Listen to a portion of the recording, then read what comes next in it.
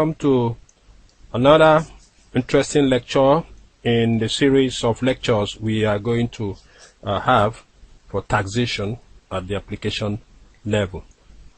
Now we want to look at estate, at the settlement trust estate of a disease. Taxation of settlement trust estate of a disease. Okay, all right. Let's move on. An estate trust or settlement is usually set up by either a will or by the order of the court. Did you get that? That is either by a will or the order of a court that will set up an settlement trust estate or estate trust settlement. Now we need to take each of these words one after the other and break them down. Settlement. What do we mean when we say settlement? Okay, what do we mean when we say trust, and what is an estate? What do we mean when we say estate? Now, a settlement is a means by which provision is made for another person, where you set aside money for the benefit of another person. You say you are settling the person. All right. It also means that you can transfer your belongings, an estate or part of it, to another person. Of course, you can do this through a will or through a deed. Are we there? So it has to do with another person called beneficiary. Okay, the beneficiary will be involved that will benefit from a sum of money set aside. Okay, now let's move on to another part of the lecture by looking at what's a trust. What is a trust? What is a trust? Now, in a trust, there's usually a person called or persons called trustees. Trustees. These persons are vested with this power to dispose the property of another person. But they are doing that for the benefit of beneficiary. They will apply whatever comes from the disposition for the benefit of the beneficiary. Okay? In practice, a trust is created when any of this or all of this happen. It is created when one of the beneficiaries, where we have more than one beneficiary of a property, more than one beneficiary of a property, we say a trust can be created. All right. It can also be created where there are members of people, many people jointly owning a property. That's a property belonging to member of people, a group of persons. Or where the beneficiary is an infant. Where the beneficiary is an infant, there is a trust being set up. A trust has been set up or created for benefit of the benefit. It is also interesting to know that a trustee may also be a beneficiary. A trustee may also be a beneficiary. Take note. What is an estate? What do we refer to as estate? In everyday language, an estate to us is an environment where you have many houses that are usually having the same common features. Say you're living in an estate. Now, but here, for the purpose of tax, estate, which is usually created either by a will or by another order of the court, is an aggregate of the things that belongs to a person. They include money, property, and goods of different kind. And if the person dies, or when the person dies, the estate will be passed into the possession of a representative, his personal representative, executor, or administrator. What is the duty of this executor or administrator, he is to meet the necessary funeral expenses of the deceased. Okay, meet the necessary funeral expenses of the deceased, and thereafter he will realize the estate and apply realization to pay debt. There could be debt outstanding before the deceased left Mother Earth. So these bills will be paid up, and legacies also will be paid up. So that is the estate. An estate is made up of the possession of a person that includes money, property, and goods, and on his exit, on the demise of the person, this estate is realized, that is, it is sold, or put it another way, disposed. And the proceed from the disposal is first used to settle his funeral expenses and pay up debt, and also legacies. So we take note of funeral expenses from the proceed, funeral expenses, very important, debt, okay, and legacies. We'll look at these ones very soon. All right. So the estate realization of estate. Okay. The proceed is used to, right, settle funeral expenses, debt, and legacy. Having said this, let's look at another aspect: administration period. Administration period.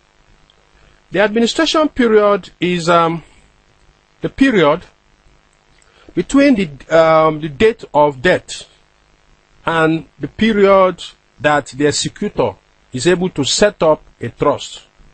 Right? That is, when on the exit of a person, there is an executor who takes over the responsibility of setting up a trust. And we've taken time to explain trust behind.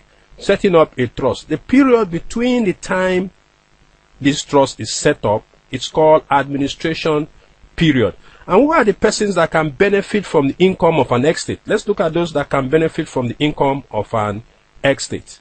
We have the following persons. We have the legatee. We have legatee here. Who is a legatee?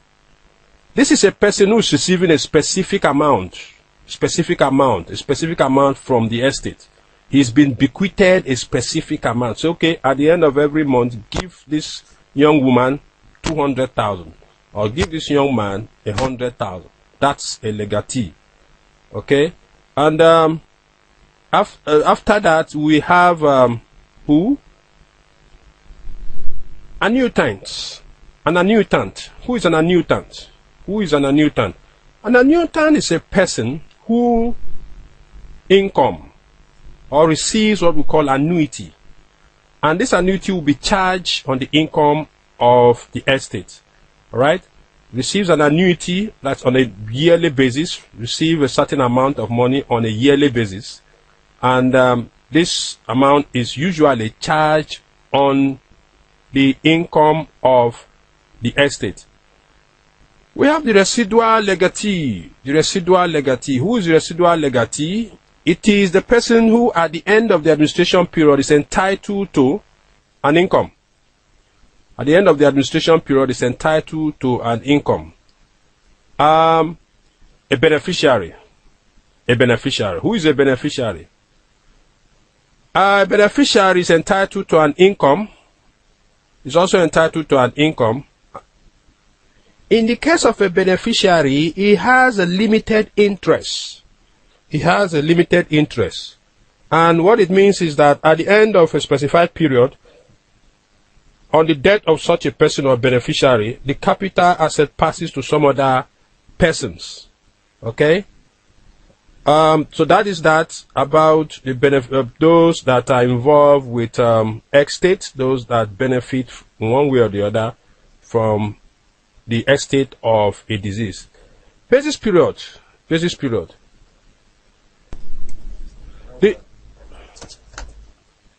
The basis period. The basis period. All right. Of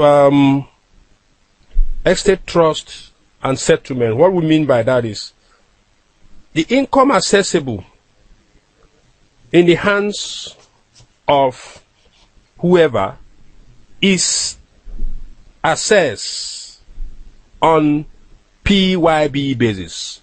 Okay, preceding year basis. Preceding year basis. So PYB. So PYB is what is applied in assessing the income, or that is income that is accessible to tax in the hands of any of these persons, be it the legatee, the beneficiary, the annuitant, or whatever. So PYB, preceding year basis, not on actual year basis. Take note, it is on preceding year basis. Of course, it is after deducting all that should be deducted. It is from the income, and you deduct allowable expenses. After the allowable expenses, what is left is subjected to tax on PYB basis. For capital allowance, what are we looking at here? For capital allowance, let us look at how capital allowance is treated in the case of estate trust and settlement. Of course, we know what capital allowance is when we get to it's the part where we'll be talking about capital. But let me just give you a brief background information about capital allowance. It is an allowance that is granted to a business in any year of assessment. It incurs qualifying capital expenditure. Qualifying capital expenditure, usually referred to as QCE. It replaces depreciation. In financial accounting, we talk about depreciation, but in taxation, we talk about capital allowance. So, now, where assets are involved, in tax it is called qualifying capital expenditure, but for easy understanding, let me refer to it as assets here. Where asset is involved, capital allowance, capital allowance will also be involved. Now, an asset can be transferred. Okay? An asset can be transferred. Where an asset is transferred to an estate by the individual setting up the trust, the estate. Setting up the trust, sorry. The estate is deemed to have incurred qualifying capital expenditure at a value equal to the tax written down of the asset on the day following the date of the setting up. Are we together? So what this means is, all right, an individual has set up a trust. That individual transferred an asset to that trust. The capital, capital allowance. The capital allowance will be computed on the tax written down value. It means as at the date the asset was transferred, it is the tax written down value that we will take into the books. It also means that this asset will have enjoyed capital allowance before now. So the tax written down value, which in FA is called net book value, it's what we are going to compute our capital allowance on. What that means is, okay, it therefore means the asset will not be entitled to initial allowance that is granted to new assets in the first year they are put to use. No initial allowance here, so it just be annual allowance on the TWDV. On the TWDV. So that is it about how the capital allowance will be treated in the case of an estate where the asset is disposed. Maybe at a particular time the asset is disposed. We have what we call balancing adjustment. We will have to compute a balancing adjustment, and balancing adjustment could either be balancing charge or balancing allowance. So balancing adjustment could either be any of these two.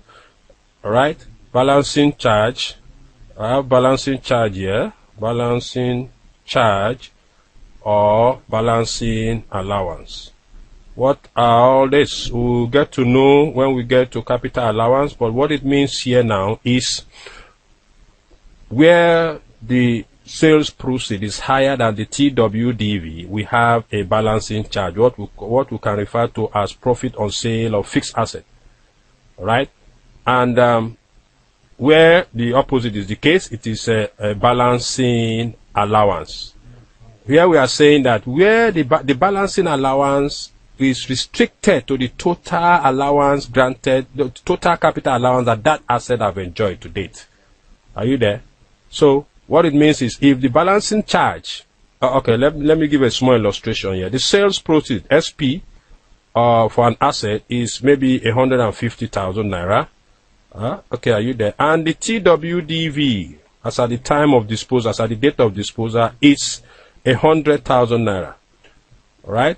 It therefore means my balancing charge, because the sales proceed is more than the TWDV, my balancing charge is what? Is 50,000. All right? What we are saying here that this 50,000 here should not be more than, is restricted to the total capital allowance this asset have enjoyed. Assuming this asset before now has enjoyed capital allowance of 40,000, it means my balancing charge for the purpose of tax is 40,000. Did you get that? Okay, so person liable. Who are the persons that are liable to taxation under this aspect, estate trust and settlement? Who are the persons liable? The beneficiaries, of course, including the annuitants, the executor or trustees, beneficiary, the infant that is being named as beneficiary, are all liable to tax. They are taxed as individuals. They are taxed as individuals. Here, personal income tax will come to effect. Personal Income Tax Act of 2011 will come to play. All right? They will be taxed in line with Personal Income Tax Act of 2011. Okay? So, let's look at the format. Here we have the format for taxation of these persons. First, you bring in the interest, the rent, the dividend, taxable profits, and deduct the rest of that. Then you understand this, because we're going to have a question and answer session where questions will come up on this topic and will be dealt with using this format. But this is the format. This is the format. So you look at this place, you say deduct authorized payments. Here, those persons, annuity, legacy, residual legatee here. This is legatee. Residual legatee, remember. Trustees remuneration is entitled to remuneration. This is it here. And then you have the computed income. You have the computed income here. You have the computed income. From the computed income, you less discretionary payments. Less discretionary. Let's look at taxation of investment income. Taxation of investment income. Here we are looking at some income that we regard as frank investment income. Right? Frank investment income. Frank investment income are those income that have suffered tax at source. They have suffered tax at source. Take for example, an example of frank investment income is usually your dividend. If you pick up a dividend warrant, it is usually less withholding tax. Your dividend and interest, even your interest from your bank, is always less withholding tax. So because they have suffered tax at source, we call them frank investment income. So it will not be proper for you to tax them. Don't forget their income, even though they are on earned income. So you bring them in the computation of tax, personal income tax. Okay, taxation in the hands of individual, be it an employee or sole trader. You bring them in, but because they have been taxed before now, you will not tax them the second time. That will amount to double taxation. So they are called frank investment income. So what do you do? What do you do? So the withholding tax that was deducted at source is considered as final taxation. It's considered as final taxation. So how do you treat that? How do you treat that? How do you treat that? To treat that, you apply what is called the top slide. The top slice. Top slice. That is to say, the amount that was deducted as tax will be slid off from your tax computation. Will be slid off from the tax computation. That portion will not be part of the tax. That is, after computing your tax, after the tax computation, using the tax table of rates, you will slice off that amount that was deducted as frank investment income. And what is left will now be the tax that is payable. Are you there? Okay.